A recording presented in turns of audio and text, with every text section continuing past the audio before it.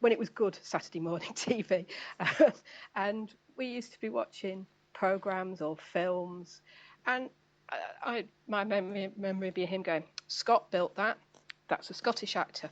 Scotsman invented that. Scotsman did this. So I grew up with the absolute opposite of the cringe. I grew up being proud of my half Scottishness. To me, it was like, great, you know. And that was always part of who I was. I was half Scottish. And then I grew up and had the piss taken out of me for being half Scottish. Got called a mongrel a couple of times. Yes. Oh yes. It's This was from the boss. Wow. But it was only banter, of course. I worked in a council. I worked in street cleansing and refuse department. So the humour could be a bit at times, but I can give it as good as I get, and I did. And that was something they could hit me with. Being one of the few women that was actually in the office, I had to face up to a lot worse than just being called a mongrel. But it did happen on occasions, and it just made me even more determined to be proud of being half Scots. It's probably that contrariness that we all seem to have. So, as I say, we was considering moving up, and the independence referendum was coming, and it seemed like a good time. So I didn't really ever have to think about it. I mean, as I read, I learnt more, and it basically confirmed what I believed, that we could stand on our own 2 feet. It would be difficult. It wasn't going to be the land of milk and honey. We would have tough times ahead, but we could. It seemed something that was worth working for.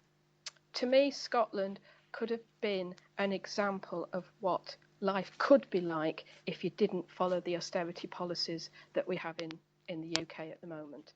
And that's, to me, was the dream. So I never had any. I've never had any doubts. Scotland is a country. Scotland should rule itself. And hopefully we'll get there before too long. Oh yes. I mean, I did say to my daughter on the morning of the 19th that the odds were she'd vote in the next one, and she can't wait.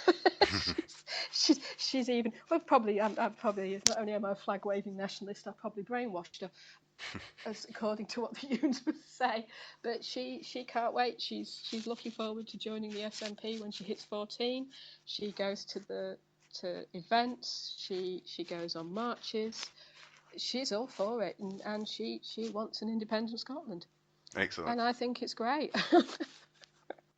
All right. So thanks. And then the last thing we do on this show is that, again, it's your first time on, so you've answered that question, and now you get to choose the tune that we play out with. So if I can just ask you what the song is, and if you want to explain, you can also say why you chose that one.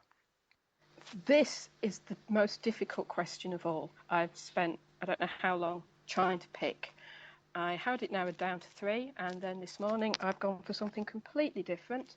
I've gone for Sheriff Fatman by Carter, Unstoppable Sex. Oh, I love it. I've got it. Excellent. To me, it seems to fit again. It fitted when they sang it, and it kind of fits the situation these days. All right. Thanks for coming on, Simone. That's been wonderful. Okay, then. Thank you. Bye.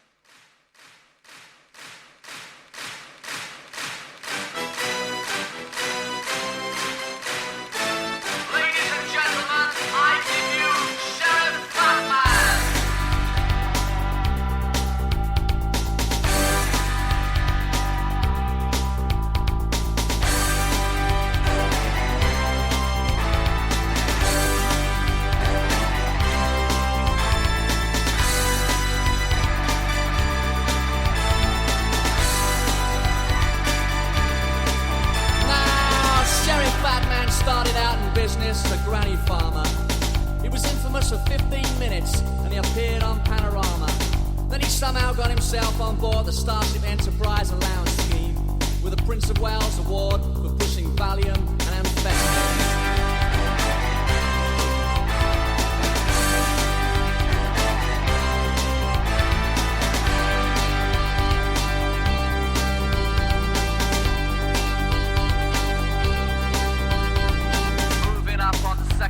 Behind Nicholas Van What's-His-Face, at 6'6" and 100 tons, the undisputed king of the slums with more aliases than Klaus Barbie.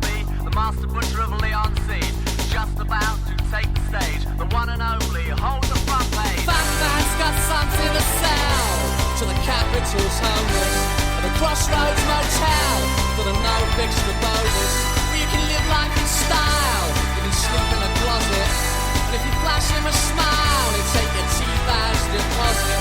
There's bats in the belfry, the windows are jammed, the toilets ain't healthy, they don't give a damn, just chuckles and smiles, and laughs like a madman, a born again rap man.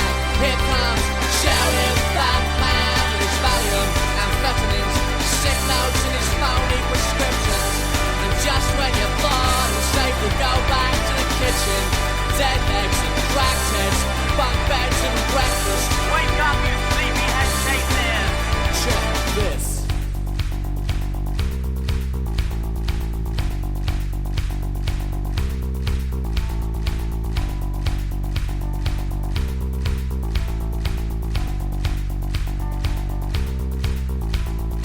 Moving up on second base behind Nicholas Van what's his face at 6'6" and 100 tons. The undisputed king of the slums, more aliases than Klaus Barbie, the master butcher of Leon Seed, just about to take the stage, the one and only, hold the front page. Moving up now to take the place, Nicholas Van, what's his face, 6'6" and 100 tons, the undisputed king of the slums, more aliases than Klaus Barbie, the master butcher of Leon Seed, in a hatchback from Notre Dame, the one and only Sheriff Batman. In goes another lamb's foot, and now I'm losing my patience. Someone call on Roger Cook at the United Nations. He's buying up houses for the has-beens and healthy, from Land's End to Southend